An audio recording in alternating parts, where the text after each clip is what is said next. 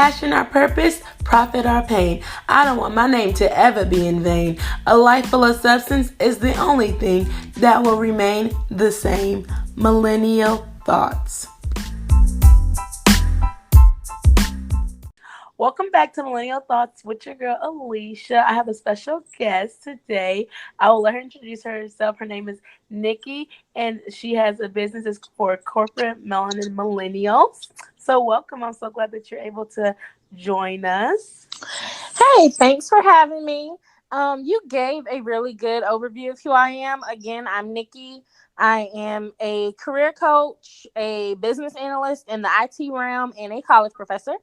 And it is great to be here with your audience today. Yes, thank you so much for joining us. So if you could just tell us a little bit about what you do, even if it's the job, you have your own business and you're working Angela teacher, so you're holding all these hats.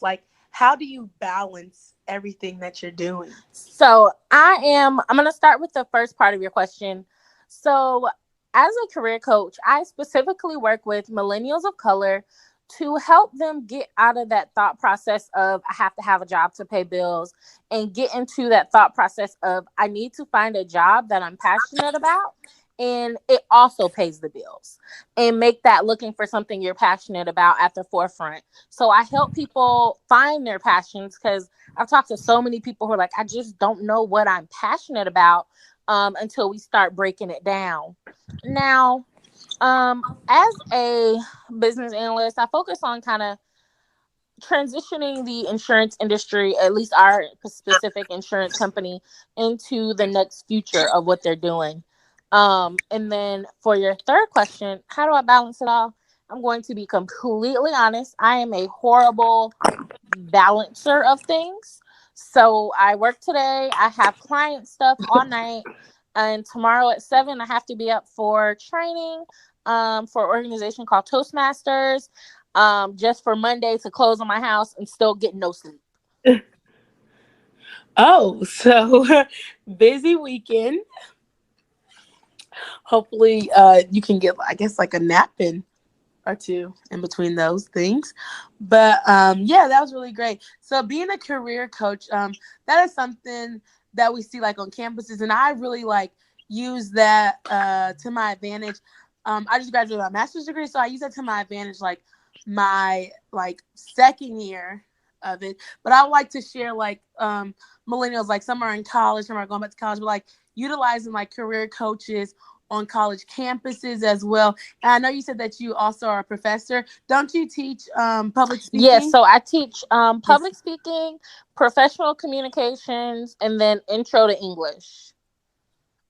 Okay, yeah. And so just I guess speak on the importance of career coaches and seeing how to utilize it, and I guess why people as millennials we should use career coaches. Yeah, so I'm a huge advocate of using the career coaches that are on your college campuses. I can tell you the amount of times I went and sat in our career success center, but most of that is surrounding the fact that they know who's hiring and where.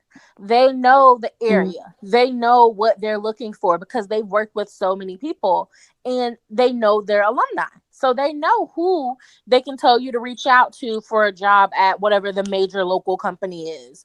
And then as far as once you've graduated, getting a career coach helps you to understand what's going on in your career. Many of the original resume tactics are extremely outdated. And I focus a lot with women and teaching them that it's okay to take up space. So meaning it's okay to reach out first and figure out what it is that you want to do. It's okay to reach out to that recruiter. It's okay to go and speak to a vice president without asking your manager if it's okay first. Yeah, that's really good.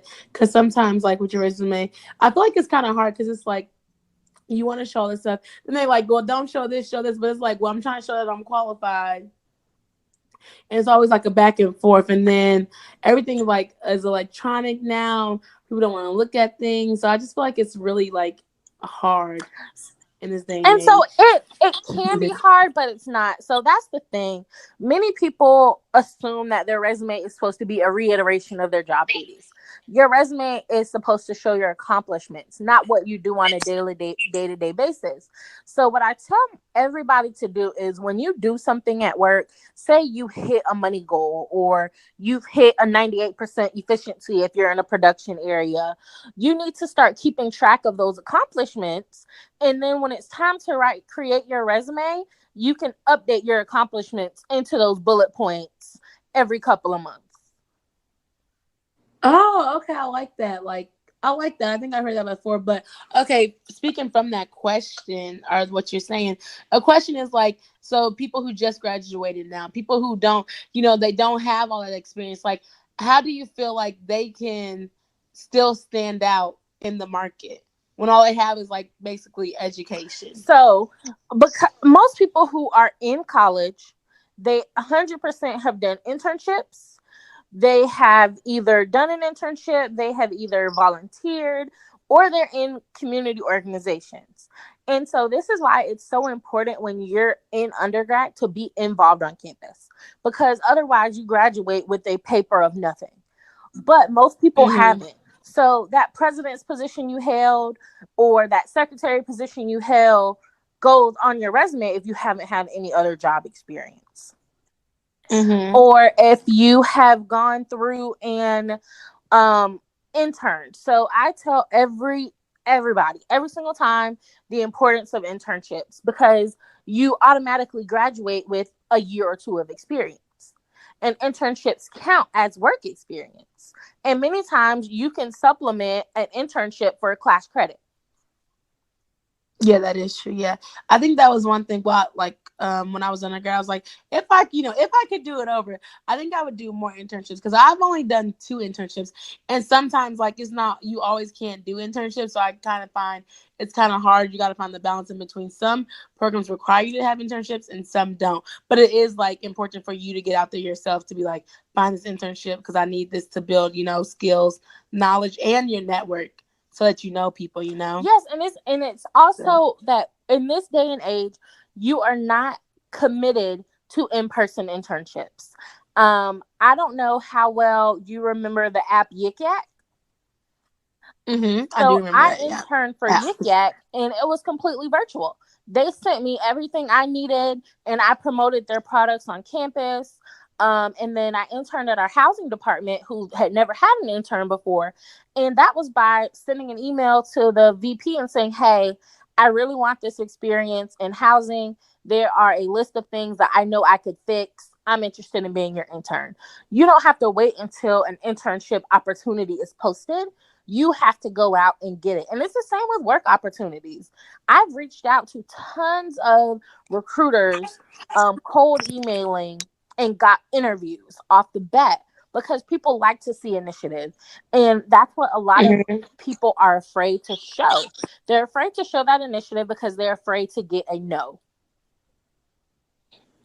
That's good. So taking initiative and wondering, do you have any tips for someone who is trying to do that? Like they want to take that next step to being able to I want to get this job. I want to be able to see if they can create a position for me. Do you have any tips or anything or an idea to for the people so they maybe can think about it or you just go after and get it? Yeah, so initially, I'll tell everybody to start with LinkedIn. So LinkedIn is a social media network for networking, for career searching, for lead generation if you're a business owner, and using LinkedIn the right way to reach out to people, because you can connect with the recruiters, you can connect with the managers at the company you're interested in. So my very first job, I found the college recruiter on LinkedIn, and I sent her a message. Because she didn't respond, I then asked somebody who I knew worked there. I was like, hey, how are your emails set up? And they told me how the emails were set up. And I sent her an email and I was like, hey, my name is Nikki Bass, and I have X, Y, and Z experience. I have admired the company because of this one, two, and three reasons. And I know that I'd be hmm perfect for a role within the team. Is there a time that we can talk? Within 24 hours, she called me. 24 hours later, She 24 hours later she responded, and then within 24 hours we had set up a call.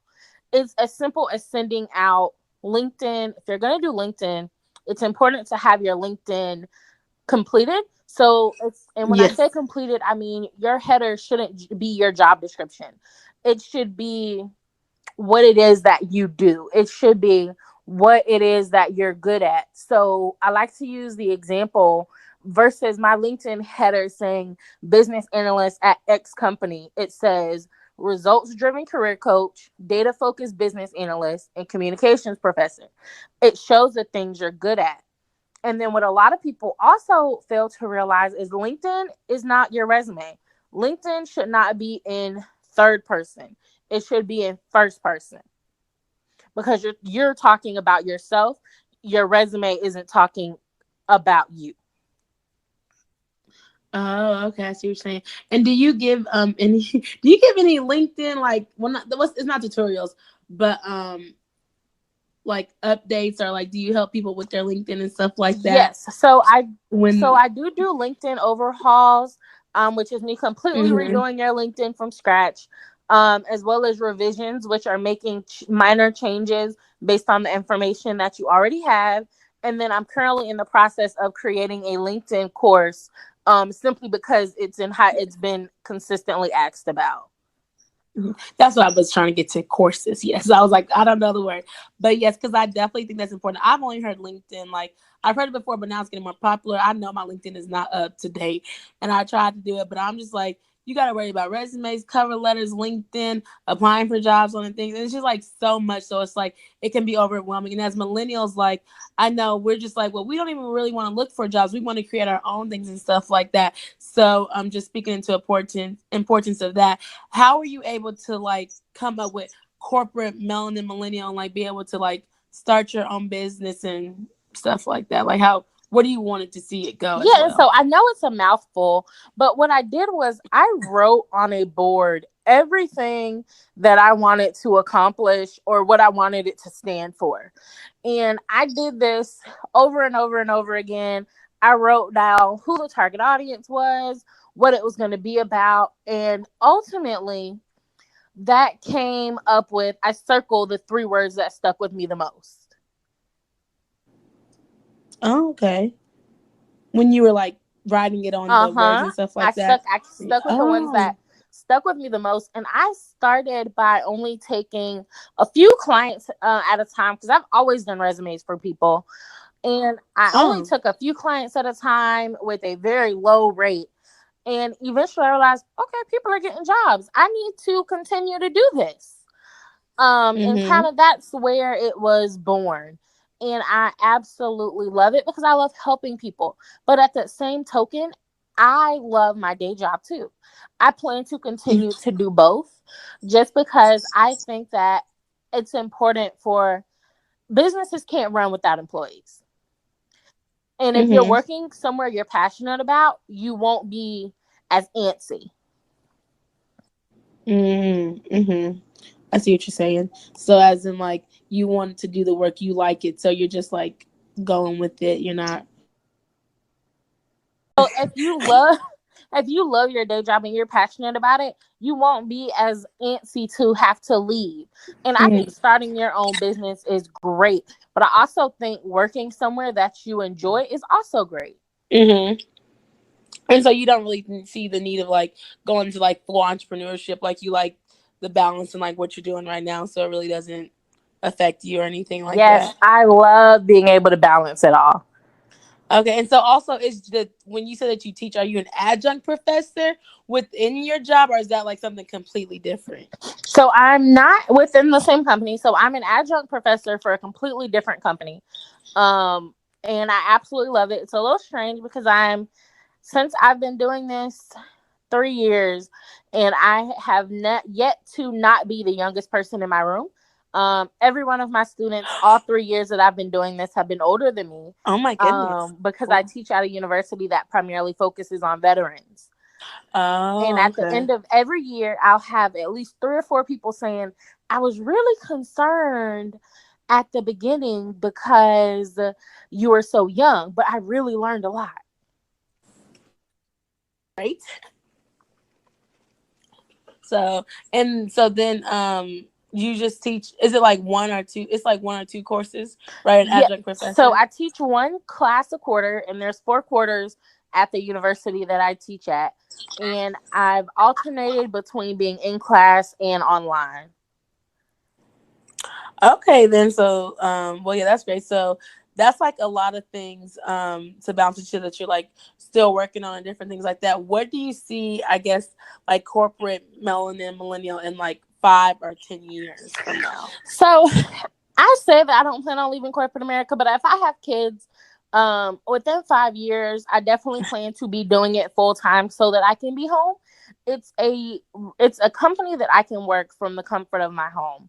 All of my clients are virtual. I actually have no local clients whatsoever.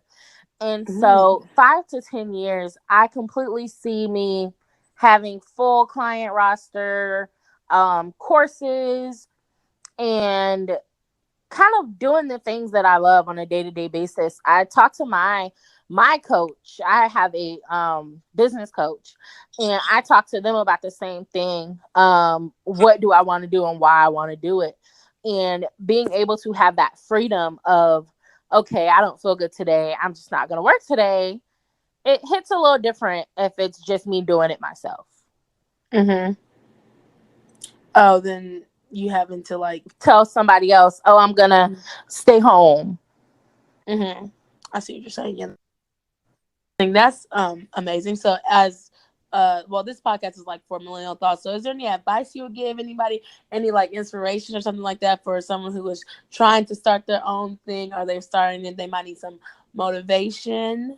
Yeah, so the advice that I would give people who want to do their own thing or who is kind of lost in the sauce, so to speak, is to stop focusing on what other people are trying to get from you. Stop focusing on what other people are asking of you. Stop focusing on what your friends are doing, your family members are doing, and do something that you are excited about.